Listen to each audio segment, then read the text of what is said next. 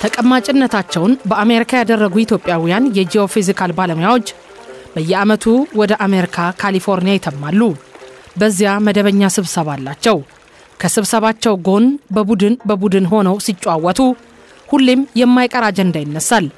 አጀንዳው በውጭ ሀገር የሚኖሩ ብዙ ኢትዮጵያውያንን የሚያብሰለስላቸው ለሀገራችን ምን እንስራ ጥያቄ ነው። ከዓመታት በፊት የተካሄደው ውይይት ግን እንዲያው ባክኖ አልቀረም። ከውሃ ጋር የተያዙ ጥናቶችን የሚያካሂዱ 3 ኢትዮጵያውያን አንድ ጥናት በትብብር ለማካሄድ ወሰኑ።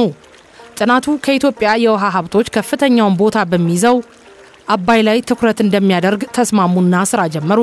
ኮሎራዶ በሚገኘው የዩናይትድ ስቴትስ ልዩ የሚያደርገው የሳተላይት መረጃ ማምጣታቸው ሲሆን የአባይን ውሃ አጠቃቀም አስመልክቶ በግብጽና በሱዳን መካከል እንደ አውሮፓውያኑ 1959 የተፈረመው ስምምነት መሰረት ያደረገው በግብጽ አስዋን ግድብ ላይ የተለካ የውሃ መጠን እንደሆነ እንደ ዶክተር ገብርኤል ሁሉ መነሻቸው ከዓለም ዩኒቨርሲቲ ሆነው ዶክተር ዮናስ ካሳ ያስታውሳሉ።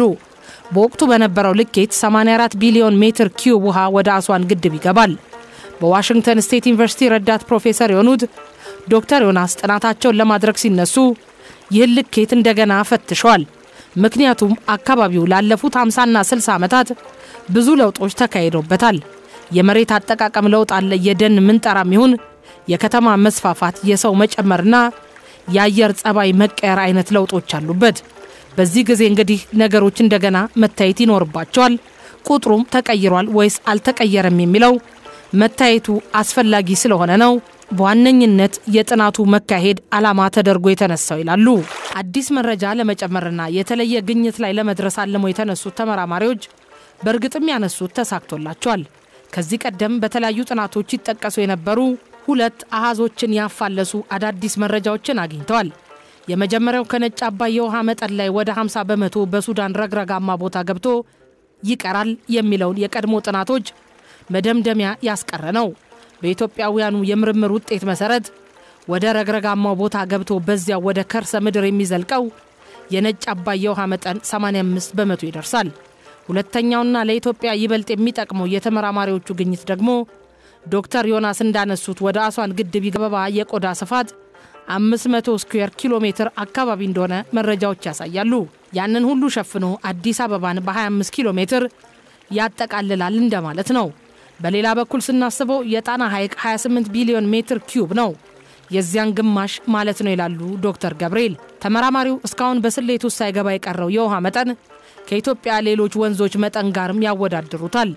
የኦሞ ውሃ ፍሰት ከ15 እስከ 20 ቢሊዮን ሜትር ኪዩብ መሆኑን የሚናገሩት ዶክተር ገብርኤል በጥናት የተደረሰበት የአባይ ውሃ መጠን የኦሞን 3/4 እንደሚሸፍን ይገልጻሉ።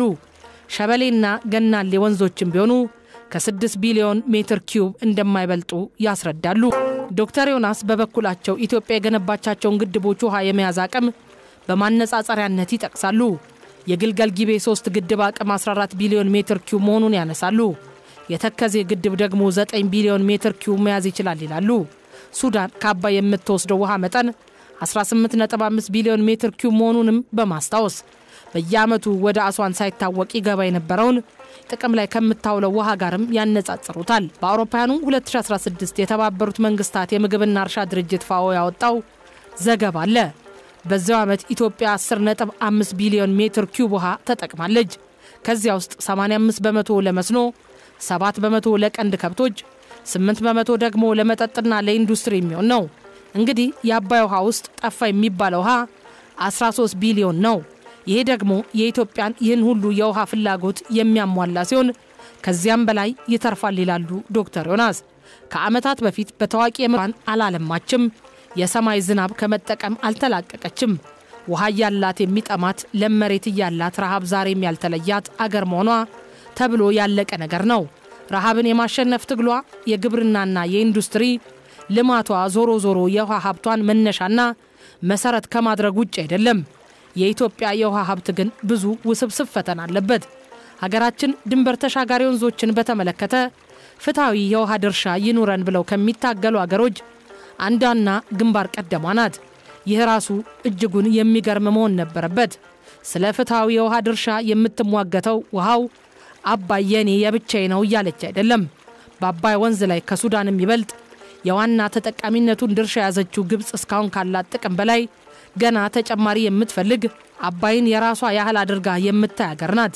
የአባይን ውሃ ጉዳይና ጭቅጭቅ በሱም ላይ ተመስርቶ የሚመጣውን አድሎ ግፍ ጣጣና መከራ ዋናውን ወንዝ ራሱን አባይ